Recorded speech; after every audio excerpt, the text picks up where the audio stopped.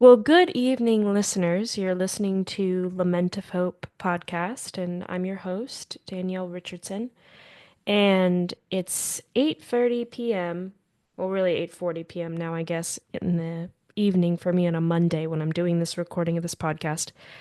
And it's like 10:40 a.m. the next day, Tuesday, for Mark Lee, who I'm interviewing, which is just crazy. He lives in Australia, Sydney, Australia. He's an Australian actor. He's done a bunch of Australian films and theater, as well as television. He's done some directing projects too. But for my American audience, you might know him well from Gallipoli, which is a pretty famous film that he was in early in his career in 1981. And he starred alongside Mel Gibson, and it was a story about two Australian young men who join the Gallipoli campaign in World War One. And they kind of go from really romantic, sort of rose-colored glasses type of individuals, and to seeing what war is really like, and it changes them and it deepens their friendship. And the ending is one of the movies I always remember. I with films, I usually do remember like maybe the beginning or like the middle of a really good film, but it's very, for me anyway, I know I really liked it if I remember the end, or if it was just very poignant in some way, and I've always remembered Gallipoli's ending, even though I've watched it like sometimes 8 years apart before I watched it again, and I always remembered the end. So it's a really good film. I do encourage you to watch it if you haven't. But Mark, thank you for joining the podcast today. It's a pleasure. So, I wanted to ask you, Mark, because I was looking at everything you've done, and you've done so many different things, especially in Australia. Do you enjoy a certain medium better? Like, do you like theater, or do you like film, or do you like directing more? Is there a particular niche that you find you're They most comfortable in? they all they've all done something for me. You know, just the way I feel about things. Theatre is probably the most exciting as an actor because you grow and the rehearsal process is always wonderful. Um, with film, quite often it's hurry up, hurry up, hurry up, and we've got to get this in the can, and we get this in the can, and look, I admire really great film actors. I when you see a great film actor's work, you go, how you do that in a day that's so fragmented. Scenes are shot in tiny little pieces, and then the mosaic's obviously put together later.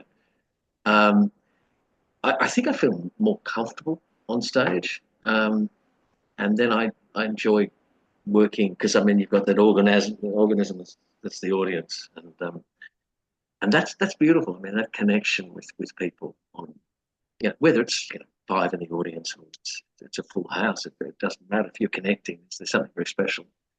Film, you always seem as an actor a little bit detached. Um, as a director, I've directed stage and I've directed film. I love directing film um, because I love working with every department. Um, people, a lot of people find post production quite boring because it's long, can be tedious. I find it fascinating. And you work with great editors, and I have worked with a couple of really fine editors that went on to big things. Um, Great sound people, things that you wouldn't think about. When I did a feature a few years back now, I got to work with some technicians of the absolutely highest caliber, Mm. and that's exciting. And then you work with actors, and I love watching a good actor, and I love working with them. I don't have to emulate what they do. I just like to work with them in what we do. Um, so yeah, directing in film. Stage is a little different. I've had a bit of experience. I got lucky with a couple of things. I, I should do more of it because like anything, you need to exercise it to make it work. But film, I felt very at home with. And as I said, I love working with really fine technicians as well as actors, and the process is great. I mean, you're putting together a mosaic, trying to make something that moves, and breathes and takes along an audience with it. And you won't Yeah. know until you show it. So, Is there a particular, like, do you think, like, what do you think makes a good story that would make you interested in wanting to be in something or direct it? Like, what kind of stories do you gravitate towards? really interesting question. And it's so easy to throw something straight off the cuff. I, I think usually I have to be moved by something in it. I mean, obviously there is work you take on sometimes because you need to keep the gears running. I'm Yeah. not in a position to choose like a top shelf sort of A-lister. So you'll always have that. But there are the ones that someone, and sometimes I've worked on plays with tiny little theatre companies because it's just something that I've loved. I mean, one of the most exciting things, and probably some of my best work, was a one-man show I did.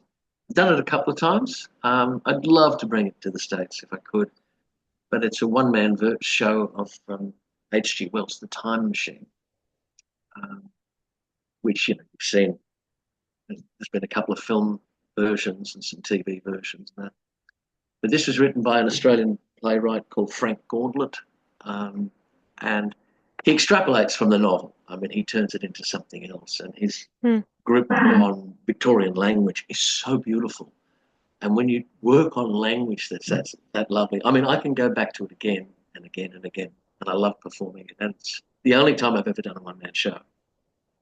I understand why people get addicted to one man shows because when it works, it's just you and the audience, and that feels wonderful. If it bombs, that's a whole other story. But that grabbed me, language wise, story wise. I don't know if you've ever read the novella of Yeah. H.G. Wells. Yeah, you have. Yeah, I mean, it was essentially a look at class and what we do to each other as human beings, and it takes it to its most dystopic. Um, in the play, he comes to certain revelations where he realizes he looks about man's being, eternity, God. Well, for him, the second coming hasn't happened, and he hits the end of the world, and he realizes that we've wasted so much time and energy in keeping what we think is ours. Um, I mean, obviously he was a socialist as well. He was part of the Fabian. He was a Fabian Society member. Um, and it's just told so beautifully, and it's a parable, um, and so performing something like that, which means a lot to me. I mean, I grew up. I'll be straight off the bat. I'm a left winger. My dad was a union man in the fire brigade. Um, he stood up for people's rights. Um, that's the way I was brought up. Well, I was just gonna ask I don't know for the audience, left winger for American standards or like Australian, because I don't know how that's different Probably in probably Australia. Australian standards. I mean, I suppose the closest you get would be left of the Democrats, like Bernie Sanders, Okay. that sort of thing. With here, it's our Labor Party, which has become very centrist. We have some independents creeping up, which and I change my vote sometimes around those, but I'm definitely not what you'd call a conservative. Although I have supported, there's been some conservatives who, fighting, trying to work for climate change, like to fighting for it, for what we need to do. There are times I've supported them, and conservative, they're probably fiscally conservative. So I'm happy to change. I mean, the Labor Party of my past is very different to the Labor Party of now. Yeah. A lot of parties have become very centrist because otherwise in this, social media, it was a thing when I was in my teens. It didn't exist. In my 20s, it didn't exist. And now it's all consuming and it can be manipulated. And, once upon a time, a nut job would sit with a Gestetner in a basement printing out pamphlets and trying to shove them into people's hands. Now they just push a button and 10 million people get their craziness. Yeah. So So yeah, I understand why parties become more centrist because it's so hard if you shift too far. public opinion can be bubbled along through social media. Um, I find it difficult that news comes through 24 hours a day. I find that. I mean, I'm so old school. I still have a paper delivered every morning, and I sit down and I read my paper. My wife will wake up and she'll go through the news scroll. I can't kind of do that. And I know I'm behind by the time I read the paper. I'm way. Uh, but there's something great about having your breakfast and your coffee and talking to your dog and reading. So But you can also take it at your own pace and you're not seeing all these images and you get to kind of read hopefully, I mean, obviously it depends on the paper, but usually a paper seems to be a little more extensive in their reporting than like a news clip. it's yeah. I mean, I find I look the paper that I get is probably will mean nothing to you. It's the Sydney Morning Herald. It's got some good journalists. It has been bought out by a bigger conglomerate, which is connected to some radio stations that I'm not that keen on, but they still have some very fine journalism in it. So absolutely top shelf journalists, and some of them quite brave, and they've a lot of women, um, and they've taken on big stories and powerful men. Mm. So yeah, so that's what I read, and who's going to write something that you just go, look, I'll go through it, but I'm not going to agree with you. Yeah. But it's still it's worth perusing. It's probably not going to change my mind, but and then every so often someone will say something that'll you go, oh, hang on a second, I haven't even considered that angle. So it's good like that. It has a mixture. If you look it up, you'll understand what I'm talking about. It used to be broadsheet, big paper. Now it's trimmed down, which is a bit sad. Yeah. Easy to write on a bus though. Uh, but yeah, so that's kind of what I do. But it does seem like just going back to what you were saying before, the fact that you're mentioning the time machine, it seems like, do you like stories then that grapple with meaning and like human existence and maybe more abstract ideas, you think? Probably not abstract. I mean, actually, when Time Machine is very pretty much it follows. It has a very through line that once you lock onto it follows. Um, I I do. I mean, I follow things. Sometimes you'll follow something because it's highly amusing or whatever. But I mean, there's always some. If there's something in there that grabs you. Um, I worked on a play recently called "The Female of the Species" by Joanna Murray Smith. Hmm. And it's a terrific play. Did it in a small theatre, which I kind of like small theatres. I like being able to get close to an audience. I always find a proscenium I'm a little bit distanced from. I prefer, and we have a lot of them. Like in the round or whatever.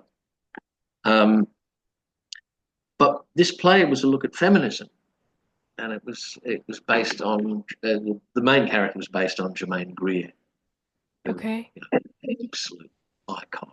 And yes, she said things which in the modern world will rub and be abrasive. Um, but as my wife said, who's we're both in our 60s now. When we were teenagers, she said she was everything. She was the biggest voice for women in the 70s, and she said you cannot sweep all that away. There are some things you will not agree with her on now. She gets older, and people as they get older quite often become more conservative, but a blazing intellect for feminism.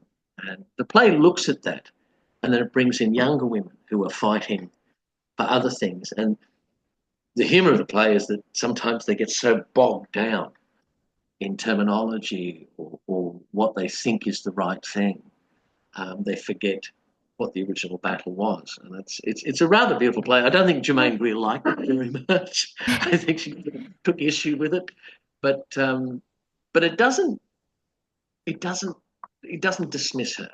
It shows an older woman who wrote these groundbreaking books who may be out of touch now. I love playing. I played her gay publisher who just find who gets lost in the whole thing anyway. So, um, but it was rather wonderful. So things like that I love. It'll take me. not quite as dour and as serious as the Time Machine was, but a lot of fun on top of it. And if you can do that and make an audience think, that's even better. Yeah. No, I think you're right. I think that's the right thing to say is that, at least from what you said so far, these are plays that will make people think. They're not more, it's not like a comedy or something, because sometimes comedies actually can be quite sobering. Yeah, But yeah. it does seem like you really do enjoy thinking as well as helping people think. I was going to ask you, because as I was looking over the different films and plays and things you've been in, you have played a gay man a lot. And so at first I thought, I was like, I wonder Is he if good? this. Well, I wondered, and then Yeah, I yeah, was yeah. like, but then I saw you were married to a woman and had kids, and I was like, oh, okay. But I was like interested. I'm like, I wonder why he enjoys that role, and it's very different than your lived experience. So I was Well, interested. it's interesting you should say this. I recently, years ago, I worked on an episode which won several awards. We had a series here called GP, which stands for General Practice. It was about doctors in a small, practice. Um, and I was in one episode, which was called The Sorcerer's Apprentice. And it was about two composers and conductors, one quite a bit older, one younger, who were in a relationship together. And the older one, dementia begins to set in, and he finds himself getting lost. And the younger one is quite aloof and can be quite abrasive with everyone. And that's the character I play. And then And as you played the younger so one? yeah, and Okay. as I was in my 30s then when I did it.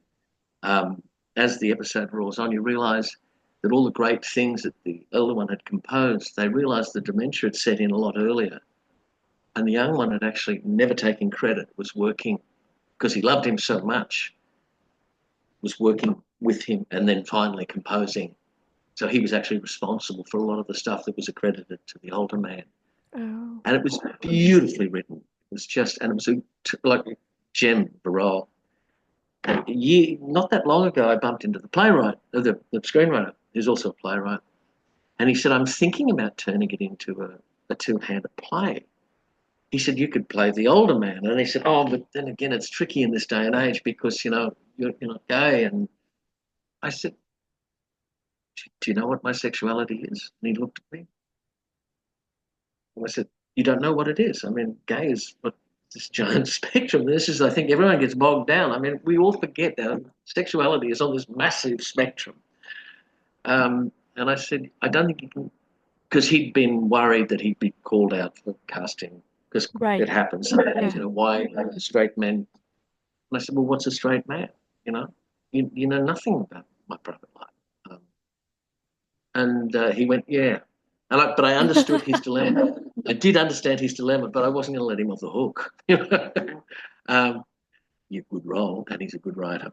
Um, but yeah, no, look, playing games. I've also, the interesting thing is people take more interest in that. I've also played a killer, and no one said, "Are you really a killer? Or, can you play this role if you're a killer?" They've never asked that question. I've always found that quite intriguing. Um, Well, I mean, everyone's a gay person, someone who kills someone. I mean, they're all human. It's all in the yeah. same. We're all tapping into something in us, a need, a desire, or whatever. Yeah. Um, but talking about modern society, I mean, obviously, blackface. We're going to do that again? No. Um, which is, I worked many years ago. I played Cassio in a touring production of Othello, and it was a white actor in blackface. Probably the last time you'd ever see that. And at the time, I didn't think about it too much because I'm not a black person having to go through what black people go or people of color go through. And then I thought that it's so classic, it's sort of course I'm not going to think about it because it's not my experience. All I was watching was someone who was good at what he did, putting on black makeup. The implications of that I never really thought about until much later. Yeah. So things like that, I understand the fight against things like that. And now, I mean, you look at the National Theatre or the RSC, and the cast of a family will have black, Asian, white people, in a Shakespearean piece, and people start to accept it after a while. It's happening here a lot too.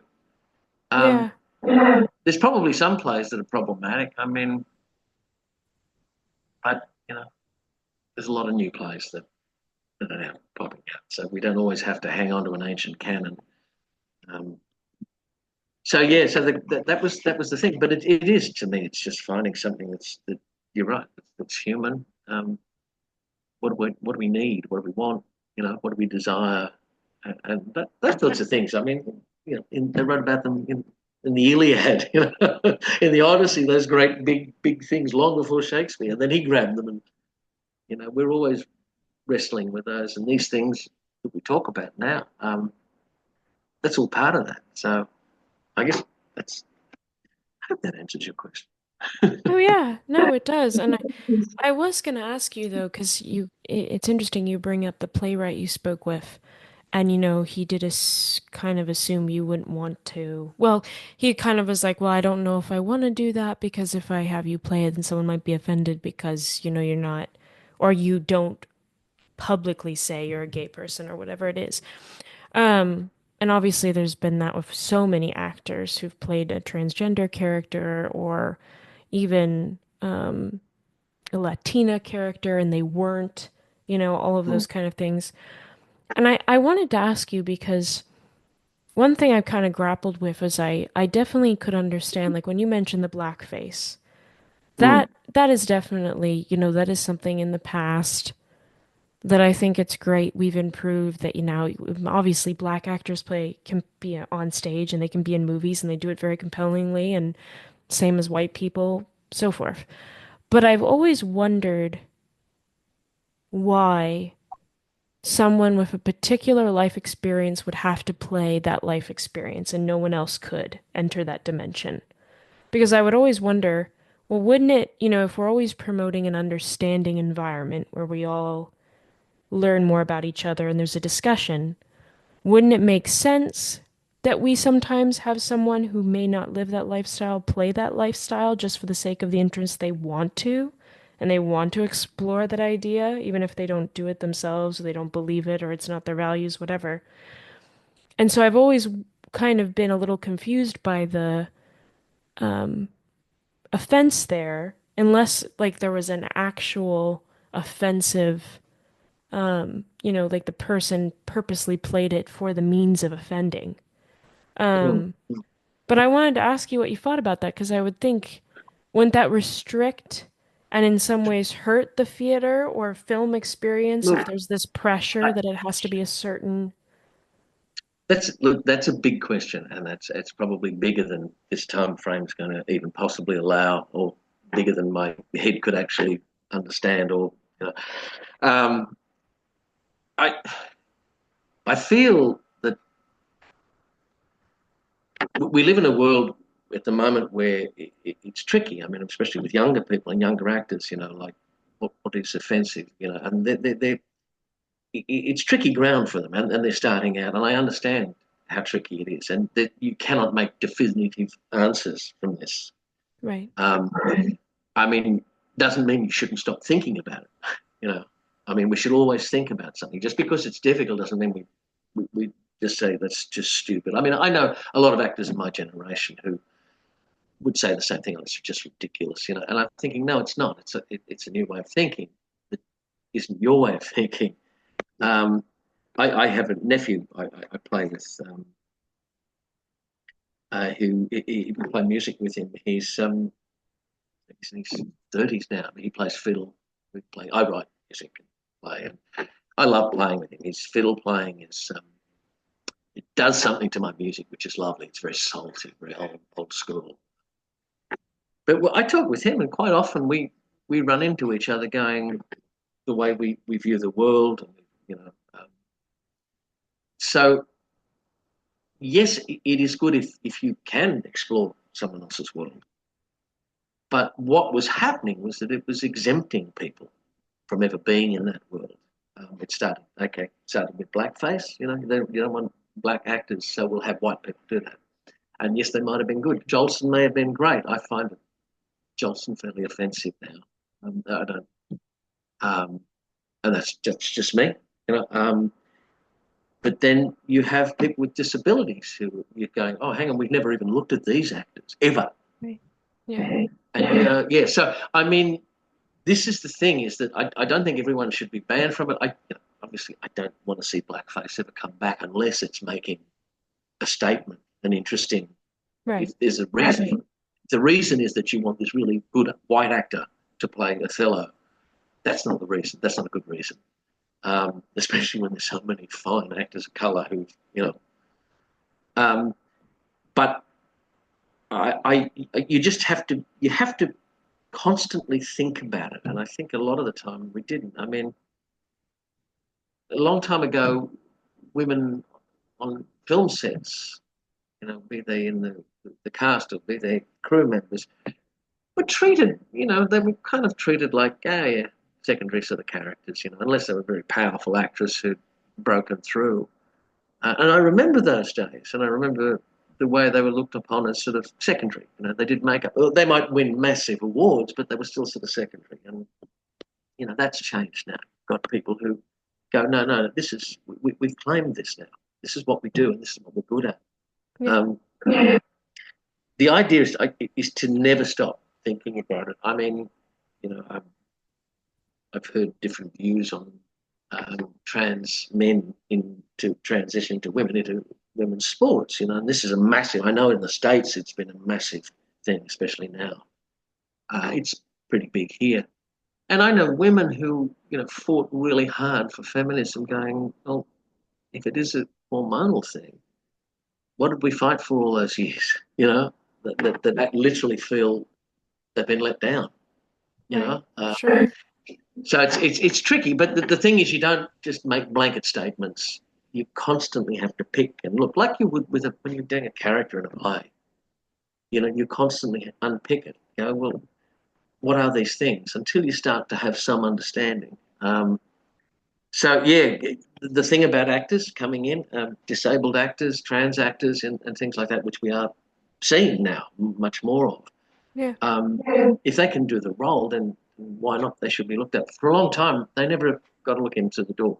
You know, I mean, when they did My Left Foot, which is a beautiful performance by Daniel Day-Lewis, I don't think, you know, I'm pretty sure they would not have even looked at disabled actors to have done. Right. I have a, you know, my view of I grew up with my uncle, my mother's youngest brother, had cerebral palsy. Hmm. So we're talking, I met him, you know, obviously when I was a kid, I was born in 58. He's a bit older than me. He was about 10 years older. Leg irons. My father taught him to swim.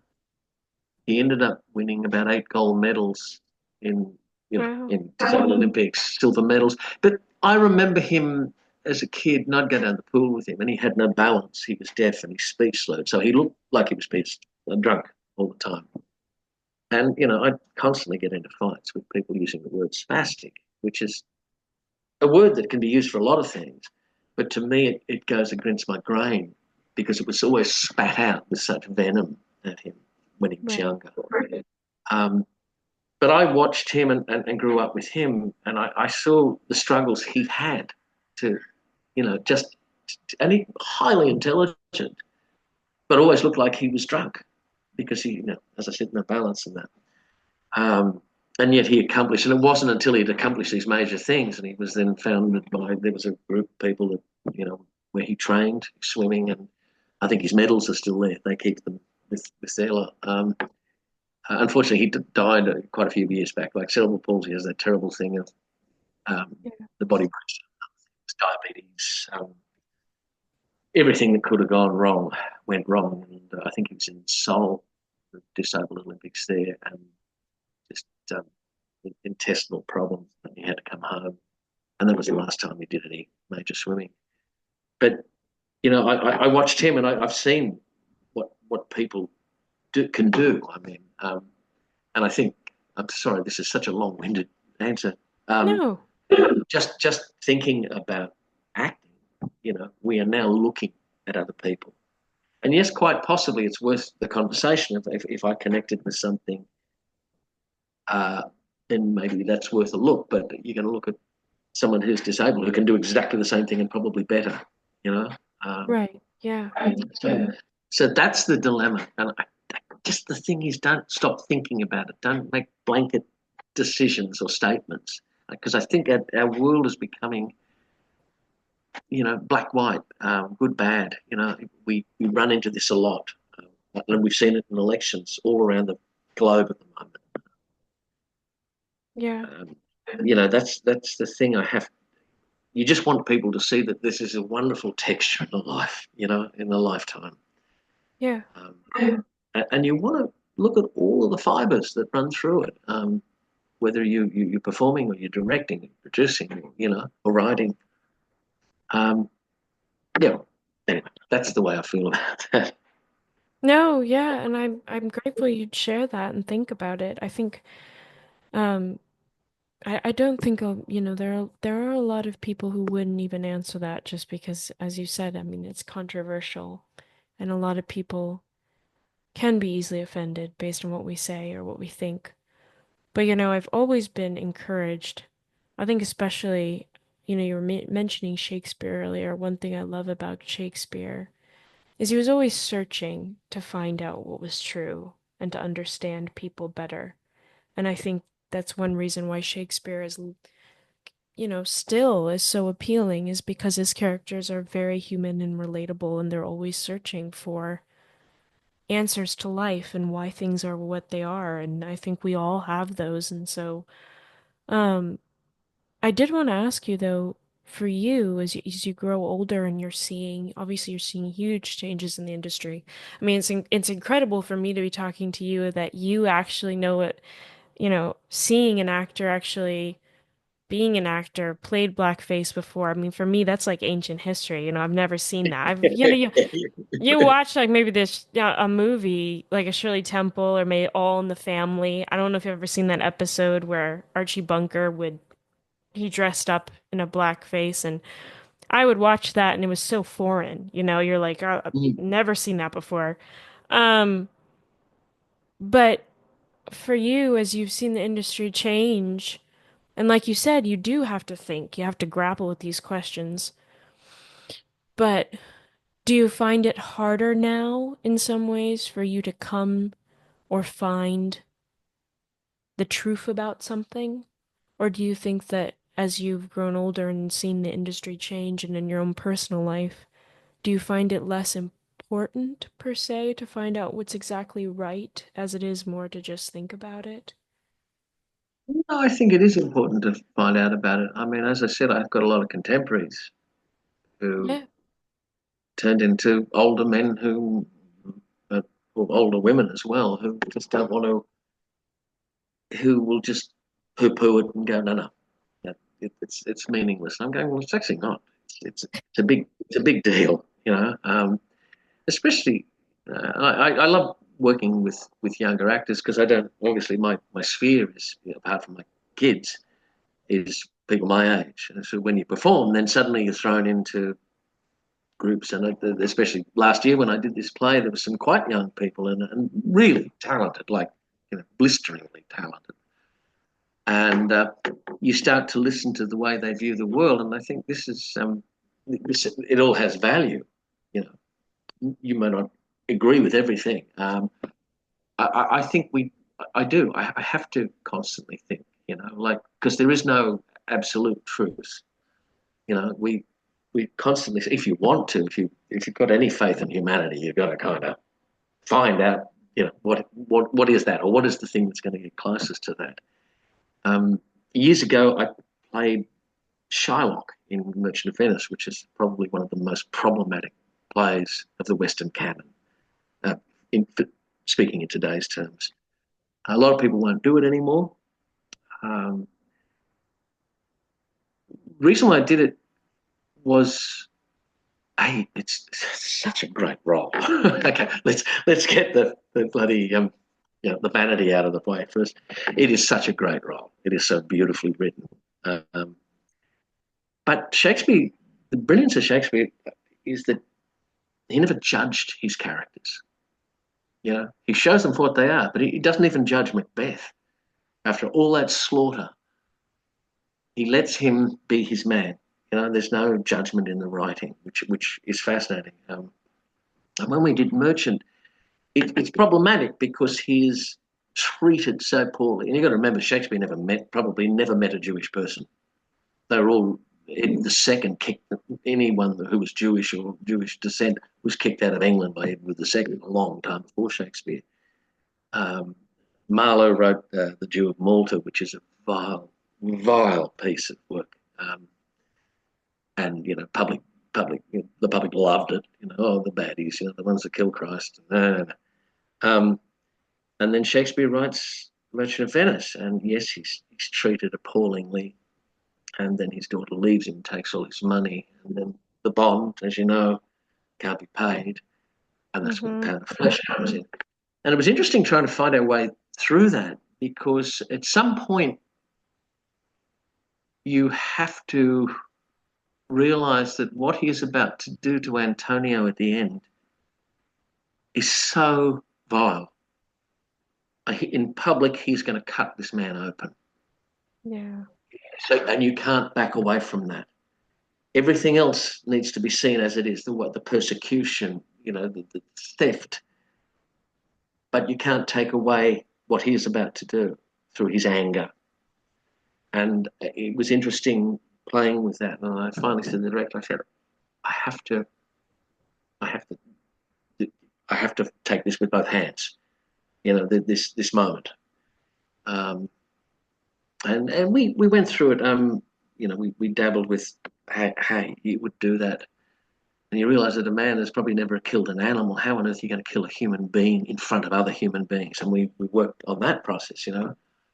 How would you approach it? I mean, you just don't walk up and stab someone who's tied to a chair. There's a whole lot of things that go on. You feel quite ill, you know. So we played with all that, and we made sure that the humanity of the man came in. So this was the way we tried to solve. And I don't think any production ever solves the problem entirely, but this is the way we approached it. Do you mean Um, in the sense of like trying to show that this man is not purely evil? That there no, was he's not purely legitimate. evil, but what he's about Okay. to do is evil. I mean, it's Right. evil's a word I don't like actually. What he's about to do is so vile, but his anger has just exploded through him. And it was picked out because I mean my performance that people liked it, but I was pointed out that I probably looked least Semitic Shylock they'd ever seen. I have Jewish heritage, so I mean I don't know what that means. You don't see what I mean? So to me it was meaningless. But the director wanted that. He said I wanted someone that looked like you to do it, and I didn't even wear the yarmulke until the very last scene. So it was all modern day. So I wore suits. I had a phone. We talked as businessmen. I put up with the railings against me. Um, but it was then finding that humanity which had been woven into the play. And as I said, we probably didn't solve it entirely, but it was the way we went into it. But I think it's, Again, coming back to the human, finding yeah. the human, the things that betray us, the things that please, all that. But I think being an actor, I mean, that's your art. You're supposed to explore all aspects of humanity as much as you can. Obviously, I mean, I definitely don't think there's anything wrong if there's certain parts of humanity that are too hard to explore. I've always wondered, well, if I was an actor and someone asked me to play a serial killer, obviously a serial killer is human, but I wouldn't be able to dive there because I couldn't do it. It would be too hard for me, and I don't think it would affect because my mental health's a bit shaky already, it would be too hard for me to do that and then get out of it and be like, I'm good now. You know what I mean? Like that would just be too that's a role that I think is good to be explored by someone who can do it and not Mm, feel like yeah. trapped in that forever after they're done. Um, but I think it's really neat talking to you. Yes, there are these plays, and I remember reading The Merchant of Venice I think I had to read it in middle school, and I was like horrified. It was like the weirdest play. I'd ever read, and I was just like, what the heck is happening in this thing? And then you had the illustration on the page with this, you know what I mean? And you're like, huh? Um, but I think it's really cool that you explore it and don't just push it aside. Because I think one thing I think that's hard for me now that I see is I think there are a lot of stories that like now not great. And Mm, there are probably some stories that we don't need to tell, or like replay. yeah. Um, but I think there are some that even if they're controversial, I think it's worth doing, I mean, I think it's Yeah. worth again for It's what back to our what you said. of whatever starts to spark a conversation. That's what I mean, yeah. Not vehemence and violence against each other. I mean, I don't want to spark that, but a Right. conversation. Because, and again, it comes back. You've got to constantly review things. You can't. I suppose hitting 67, you start to think about that. Because it's too easy to slide into. You know, I know it's once around the block. I know when this is done, I'm done. And so you're going, well, we're going to glean everything we can out of life. Like I read a lot. My mother reads a lot. I've got to give my mother credit for she when she was a kid, she read everything. Pulp magazines, classics. She constantly. And for my birthday, I have one, two, three, four, five, six, seven, eight books I was given by my family, my wife Oh, and my family. wow. I'm sitting here, they're on my kitchen table, and I'm going, Um, but and it's everything. It's histories. It's short sci-fi, which I love. Philip K. Dick, I love. Um, right through to James, which I have not read, which is the look at Jim from Huckleberry Finn. It's a relook at Huh. that. That I'm finding interesting with writers delving into. They did it with Julia. Have you read Julia? It's a I, look at Julia from 1984. It's worth it. It's worth a look. I'm going to embarrass myself now because the writer's name has gone out of my head, and I apologise. It's called Julia, and it's her perspective of the 1984 story. really? Okay.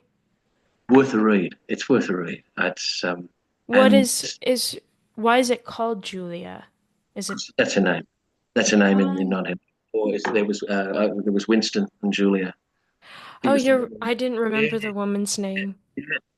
So it's probably worth reading 1984 again and then reading it, before you do, just to freshen. I had to freshen myself up. Oh, Um, do you remember that scene in 1984 with the mirror when he stares into the mirror when he's being tortured? Do you remember mm, that mm. part? With John Hurt, yeah, yeah. Yeah. I never forgot that part of the book. It was so, yeah, I I think don't the know. moment, I the finished moment, that book and I was like, this is monumental, but it gives you such a weird feeling. mm, mm. And look, we've kind of invited a lot of this into our lives now too. Through necessity as well, like surveillance and things like that. It solves crime, Yeah. but it's constantly. I mean, there's very little I could do today, just walking out the door, going to the ATM, shopping, coming back, that wouldn't be monitored on some level. So that's the price you pay for being safe.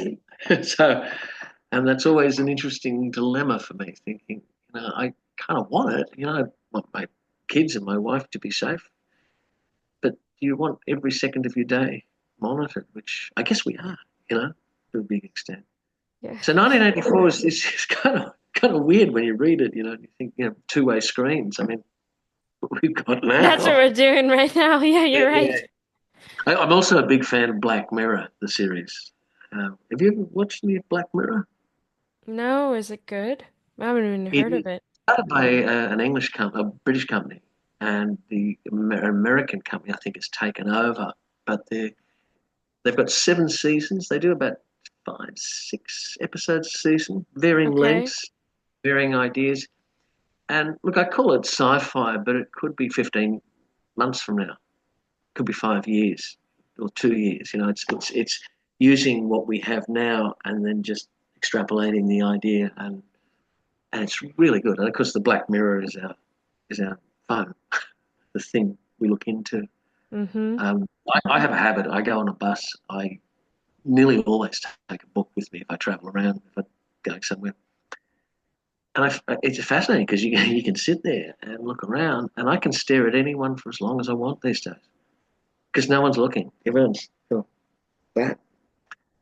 And they might be watching different things. I mean, I'm not judging, but it's kind of fascinating. They're all so isolated. It's like they're in little booths. I don't know if you've ever done that and gone, wow, it's kind of odd that you just shut out. Like people going for walks in the park, and they've got headphones on. Thinking you Yeah. listen, and again, I'm not judging, but I find it odd. I find it Well, odd. So it's funny you say that because if you're in the grocery store now or something and someone says something to you, like they comment on something, like I yeah. think the other day I had a lady and I was walking past and she happened to say something nice about a top I was wearing or something. I was so taken aback because no one ever talks to me in the grocery Yes. store. I was like, I think she passed, and I was like, wait. Or you get the other one where you're walking down the aisle and someone says, "Oh, I really need help with that," and I turn around and say, "Can I help you?" And you realise they're talking to someone on the phone. Yeah. No. Oh, I'm really sorry. And then they look at you like you're crazy, and they go, "Well, Yeah. You're like, oh, I'm sorry.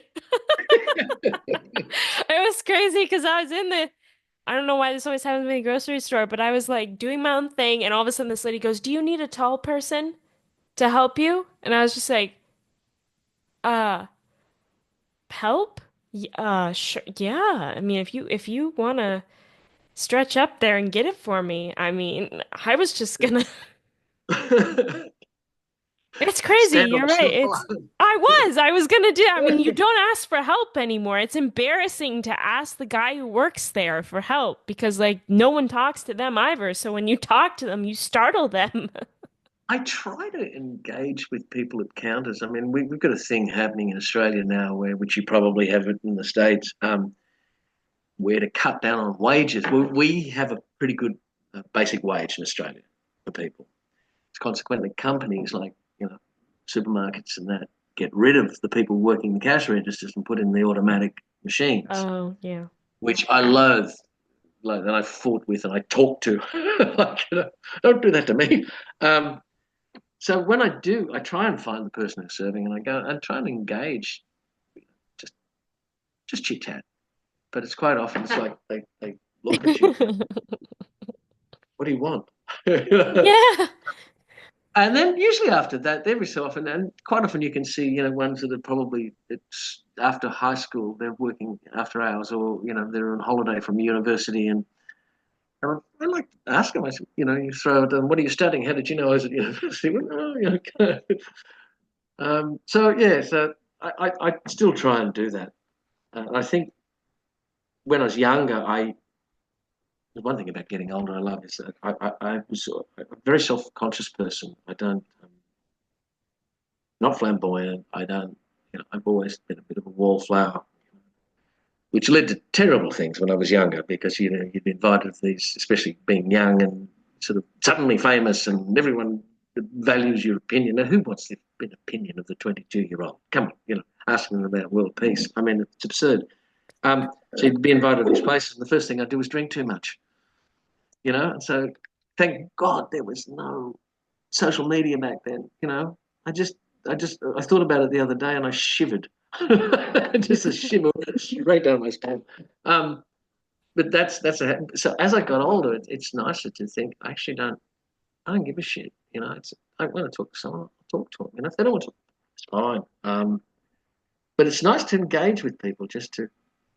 I think it's important to engage with people. Oh, Um, yeah. No, I we agree. tend not to less and less. We order online, we shop with machines. And it's not that I don't understand why it's there. It's just it's understanding what it's taking from us. Um, and it's nice to hang on to a little bit of that. Well, I want to be respectful of your time, so I just want to ask you one more question. But earlier you said you walk around the block, you were like talking about your life, and you're like, you know that after your, life ends, you're gone. I did want to ask you though, I was interested because of how deeply you think. Um, and it seems like you love to learn and you're searching for knowledge and understanding, and I think those things are all good. Um, do you have, or like in your search for knowledge, what do you, what are your thoughts about God and like the afterlife? Have you kind of come to the idea that you don't think there is anything, and so you want to enjoy as much as you can now, or what has that search kind of led you to? Because you'd mentioned it a little earlier, but I was just curious with Yeah, look, usually, okay, I'll be straight with you. I'd be what is termed an atheist. My father was, um, and I was with him. I held his hand right up until he died. So, and he didn't want to change. My daughters are atheists. My wife, it's a little more complicated, but we don't talk about it that much. She has private things, which is fine.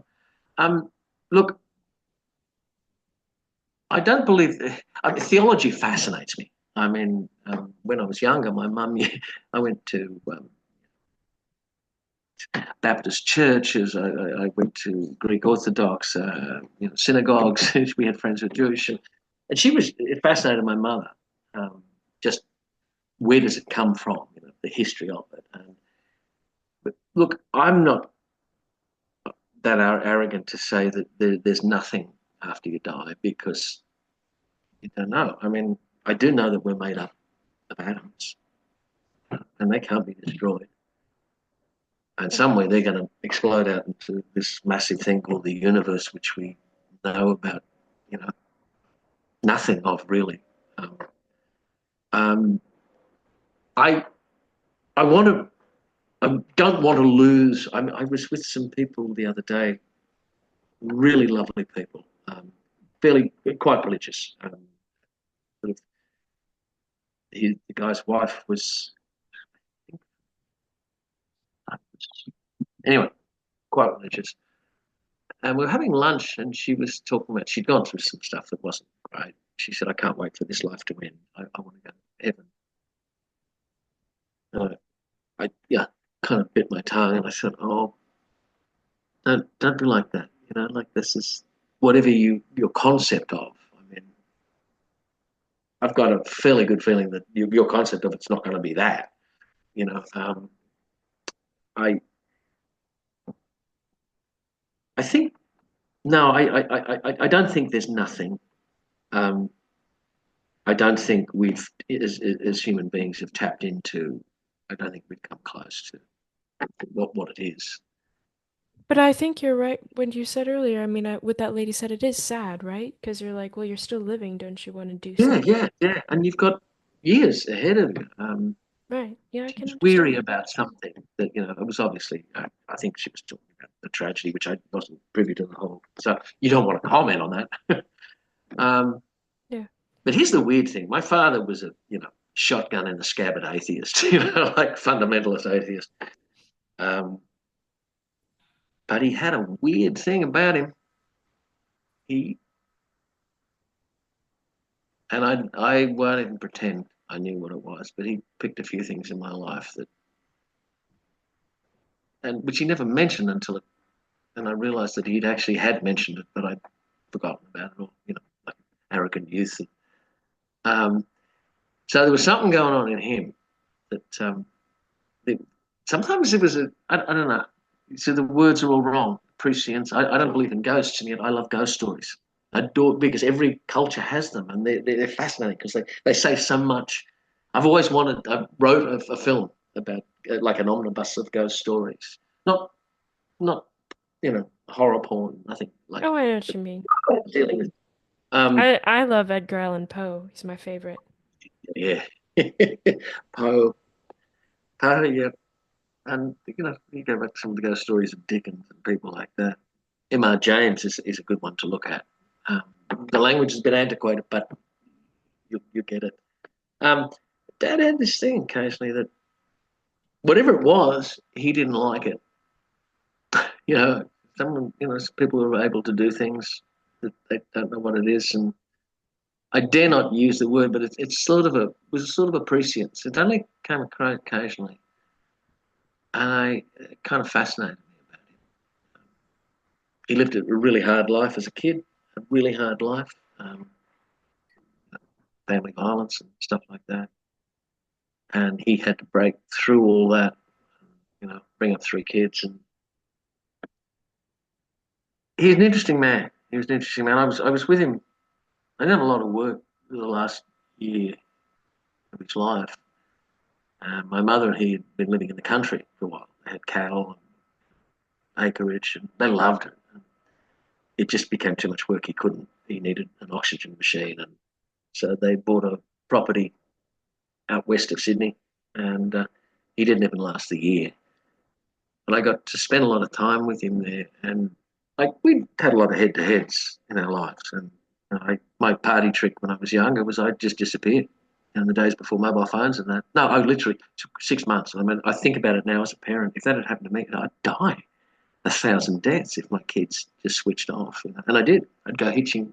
I'd hitchhike up north, just disappear. Um, so we killed a lot of ghosts over the last few months of his life. And he began to talk about things in his life which I hadn't heard before. So he wanted some meaning. He wanted meaning too. You know, he was still an atheist. He wasn't going to go to Jesus or to Muhammad or whatever. But there was something there. I thought this is interesting. This is um, Yeah. um, you've got a second. I'll tell you this. The last story he told me when he was a kid. The places won't mean anything to you, being an American. He grew up in a really rough working class area, which now no one could afford property. It's all waterside. But then they were all workers. They were coal miners. They were everything. And he said, I remember he left school at 13, um, worked three jobs, had a father who was incredibly violent, would run away from home whenever he could. But as he hit his mid-teens, he said he had a lot of friends were turning up and were flashing a lot of cash and nice suits, pretty good cars. And he said, where do you get this? And they set him up with a meeting at the top of a billiards parlor. I mean, you couldn't get much more, central casting than that. And he said, I went up there and there were men there. And he said, I had a reputation because his father had a reputation. And they said, and my dad was big, like he was bigger than me. His hands were twice the size of mine. He was a big, bold individual. And they said, oh, we know how tough your dad is. We know you. Yeah, you got a job. And he's realised his first jobs would be to pick up money that was owed, heavy, and helping them move stolen goods, fencing. And he said, I went, so I'm going to be heavying my neighbours, possibly relatives, and fencing stolen goods that were probably taken from people that I know and grew up with. And he went, and he said, I made that decision. And he said, I think, and I realised that he found the thing that defined him. And it was so important that he told me before he died that he found something that defined him. And when we talk about meaning, that's what he was looking for. And I've never forgotten that story. It was really something. And as I said, we killed a lot of ghosts. And I'm so glad I had that time with him, after Yeah. years of argy bargy, So, No. No. It's kind of sad though, I have to admit. no, I think he found peace. I think he found peace before he died. And I tell you what, Maybe it's that, forgive me, was it that he was the one fencing or the one catching the people who are fencing? no, no, he would have been helping them sell stolen goods. Okay. Yeah, and beer heavy. I mean, he was a very fit, you know, he was a big, scary man. You know? I'm totally size wise and everything. I'm very, very different. Although my mother said to me, she said, "No, you're actually very similar to him in more ways than you'd ever care to imagine." So, but You're no, like, he, don't elaborate on that, Mom. yeah. No, she went, yeah, yeah. But yeah, it was good. It was good, and we talk about meaning. We talk about, and he wasn't struggling for a religion at the end, but I think we do struggle for something, some sort of meaning, you know. Yeah. Um, Well, Mark, it's been a gift. I mean, thank you for being so honest and talking with me and just tell me it's about been your an absolute life. pleasure. It's been a real pleasure. Thank you, I'm and good luck glad. on the podcast too. Yeah, and I hope you come to the States with a play. I would love to see it. I would love to. I don't know if you have my email address. Do you? No, no, I think your agent is very careful about that. Yeah, they are. They are. But yeah, but you can always contact me through them anyway. So they're really good at getting to me, and they're good people. So But if you do ever do a play, even if it's 20 years from now and you're in your 80s and I'm older, I'll come and you may not recognize me, but I'll be in the back with gray hair. okay, I look forward to that time. All Thank right, you. Mark, thank you. Have a good day. You too, huh? Bye. Bye.